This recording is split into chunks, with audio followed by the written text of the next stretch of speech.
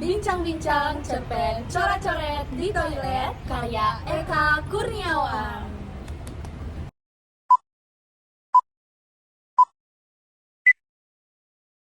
Halo, selamat datang semuanya. Jadi hari ini kita akan membahas secara mendalam mengenai cerpen coret-coret di toilet karya Kak Eka Kurniawan.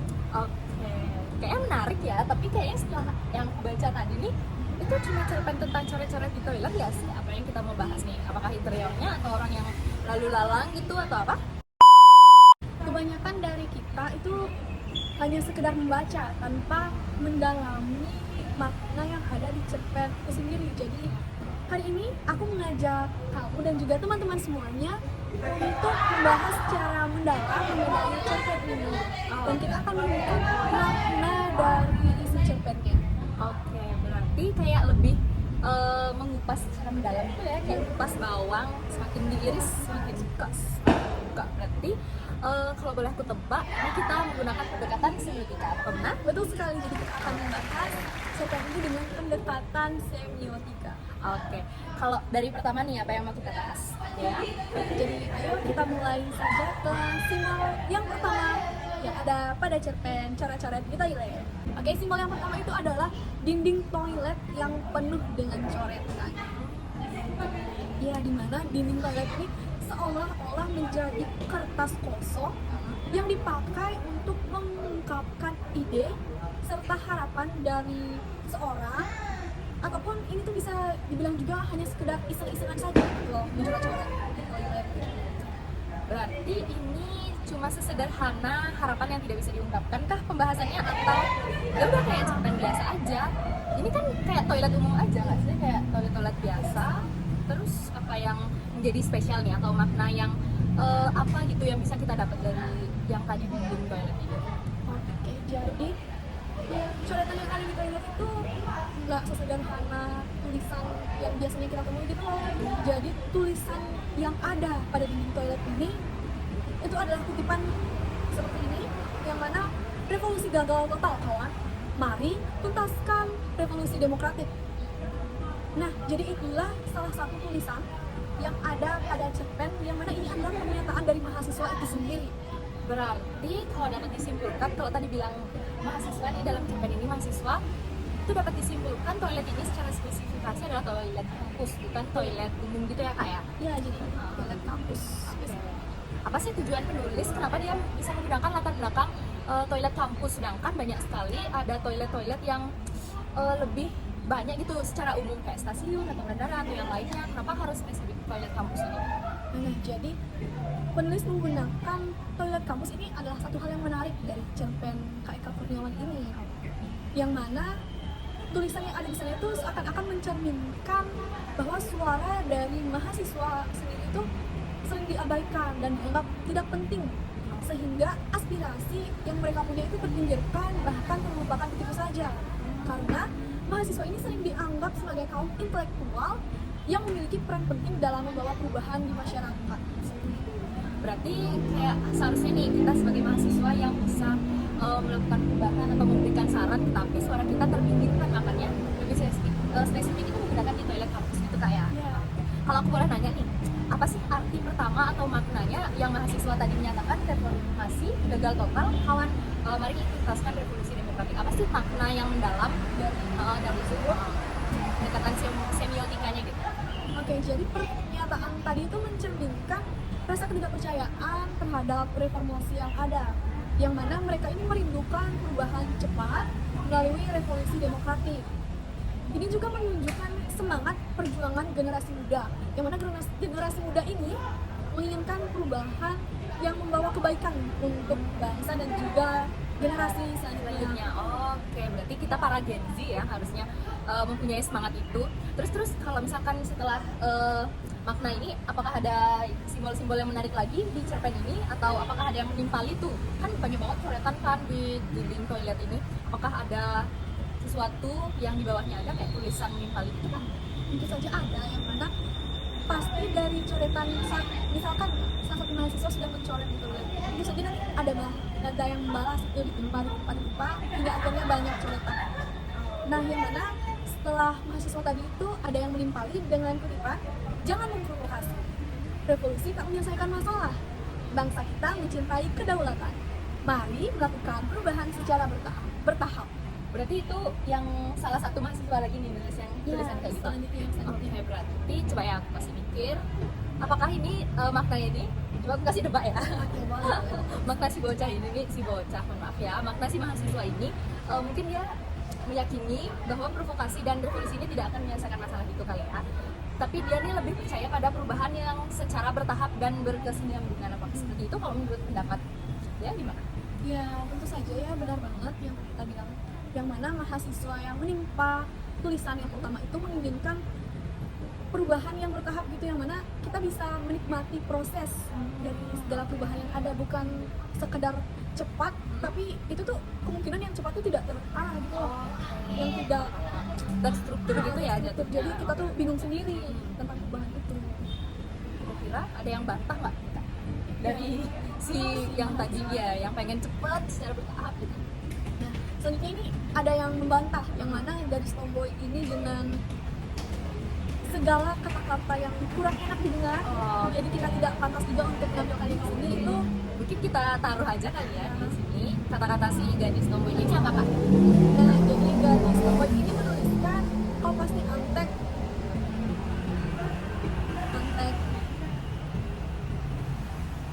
feodal, borjuis, reaksioner. Oh waduh, Omong kosong reformasi, persiapkan revolusinya. Seperti itu kurang lebih tulisan yang ada di coretannya yang dituliskan oleh si gadis Tomboy. berarti ini salah satu karakter yang cukup menggebu ya sejauh ini yang kita temukan. Lalu menurut kamu sendiri nih, apa makna dibalik pernyataannya beliau si gadis muda ini? Karena kan dia kayaknya paling gimana ya, kayak dar gitu loh, kata-katanya cukup kasar juga tuh. Apa sih makna dibalik itu kalau misalkan nggak disimpulkan dalam pendekatan semiotika ini? Jadi pernyataan dari gadis tadi kita dapat artikan bahwa seorang gadis ini sangat benci dengan rezim Orde Baru, di mana rezim Orde Baru ini tentunya membawa segala warna pemerintahan serta seseorang yang penuh dan memiliki keinginan tinggi yang menginginkan perubahan secara revolusi untuk mengubah keadaan negara secara cepat, yang mana ingin secepat kilat gitu. Berarti kebalikan ya dari yang tadi di atas sebelumnya itu, dia tuh pengennya secara bertahap, pelan-pelan, berkesinambungan. Tapi si gadis tomboy ini ternyata dia yang pengen cepet, instan gitu. Padahal mie instan aja perlu dimasak, nggak bisa langsung instan. Betul. Jadi kita harus menikmati segala proses yang ada. Seperti itu ya. Ini setelah gadis tomboy ini bukannya si mahasiswa Hello Kitty ya yang ngebantu untuk membersihkan toilet gara-gara ada kotoran dari seseorang yang tidak mau menyiramkan kotorannya setelah dia buang air besar. Apakah benar? Ya, Apa sih maknanya ada si gadis mahasiswa? jadi sebelum mahasiswa heroik ini kan ada mahasiswa yang kurang ajar, Iya. nggak tahu adab tuh. Yang mana mahasiswa heroik ini tuh membantu membersihkannya, dan setelah membersihkannya mahasiswa heroik ini juga meninggalkan jejak. Apa tuh? Tulisan-tulisan. Oh, ada tulisan Iya, juga. yang tulisannya tadi. Jadi sebenarnya tulisan itu tulisan yang sama seperti yang lainnya gitu, tetapi dia menuliskan ini dia reaksioner brengsek yang ngebom tanpa diganti. Jangan-jangan tak pernah cebok pula. Hei kawan, aku memang PKI, pencinta komik Indonesia. Kamu mau apa? Berarti itu yang ditulis cukup, jadi ya cukup lucu, komedi ya berarti. Karena aku mandang kalau dari tulisannya dia nih, dia seorang yang humoris dan realistis ya. Kayaknya kalau aku hubungkan dengan pendekatan semiotik, ini merupakan salah satu simbol di mana dia nih menganggap atau menanggapi kenyataan yang langsung ada di depan matanya, masalah yang langsung ada di depan matanya. Dia nggak ngehujat urusan orang lain yang jauh dari jangkauannya, tetapi dia langsung mengkritik kejadian buruk yang berlangsung di depan matanya gitu. Iya. Sesuai yang ada di depan itu, dia nggak memikirkan hal yang nggak bisa dijangkau gitu istilahnya. Kayak yang tadi teman-teman dibahas gitu ya Iya, sebelumnya. terus kayak sudah melenceng banget dari kehendak kita dari jawaban. Nah, selanjutnya itu karena dinding toiletnya sudah terlalu kumuh, Kotor ya. ya karena coretan dari mahasiswa itu Iya, bener-bener. nggak sedikit gitu, masih tumpuk-tumpuk. Maka dari itu dekan pun menyuruh petugas untuk mengecat kembali. Nah, dari kata mengecat kembali ini kan tulisan-tulisannya itu ditimpa oleh yang warna putih, yang mana itu menghilangkan coretan-coretan tersebut, yang tidak langsung itu dapat diartikan bahwa simbol yang terpinggirkan, yang mana aspirasi dari mahasiswa ini tuh terpinggirkan. Selain itu juga dapat diartikan bahwa terpinggirkannya suara-suara rakyat dari tengah-tengah kehidupan berpolitik bangsa. Berarti sejauh yang kita bahas ini, cerpen ini menggambarkan kita ya, kita yang sebagai masyarakat seharusnya itu bisa memiliki peran tuh untuk mengontrol terhadap kebijakan dari pemerintah itu sendiri. Tapi nyatanya yang kita sedang hadapi itu kita tidak mendapat perhatian yang layak. Mungkin tidak semua, tapi ada sebagian yang seperti itu. Suara kita itu layaknya coretan-coretan di dinding itu yang hanya tersalurkan di dinding toilet yang disimbolkan sebagai ruangan yang sempit, kecil, dan iya. Nah, Jadi revolusi sendiri ini salah ya. Jadi reformasi ini awalnya tuh diharapkan membawa suatu kebaikan gitu loh untuk kita masyarakat. Tetapi nyatanya tuh banyak sekali masalah yang bermunculan dari reformasi ini. Dimulai dari suara kritis yang mulai terdengar seperti yang ada pada gaya yang dicat ulang dan dicoreti kembali oleh mahasiswa. Yang mana ini juga menunjukkan tak banyak perubahan dari zaman reformasi dan zaman orde baru, serta juga aspirasi rakyat yang terus diabaikan begitu saja. berarti kayak kesannya tuh udah menyalurkan kritik, tapi ya udah dihilangkan, dipinggirkan dengan cara menghapus gitu. Oke, aku kayaknya nyadarin satu hal deh. Ini kayaknya tadi pas aku baca gitu di cerpennya, ini disimpulin sama si mahasiswa yang alim yang paling terakhir itu, ingat nggak? Iya, iya, yang dia minta kalau ke teman-temannya supaya teman-temannya itu menyalurkan aspirasinya itu jangan ke dinding toilet, langsung aja gitu ke wakil-wakil rakyat yang duduk di lembaga pemerintahan. Apakah itu ada hubungannya sama si mahasiswa alim terakhir dengan kesimpulan cerita ini? Iya, kan setelah tulisan yang tadi itu ditimpali lagi dengan mahasiswa tadi yang mana menyuruh teman-teman itu untuk menyalurkan kepada wakil rakyat ya.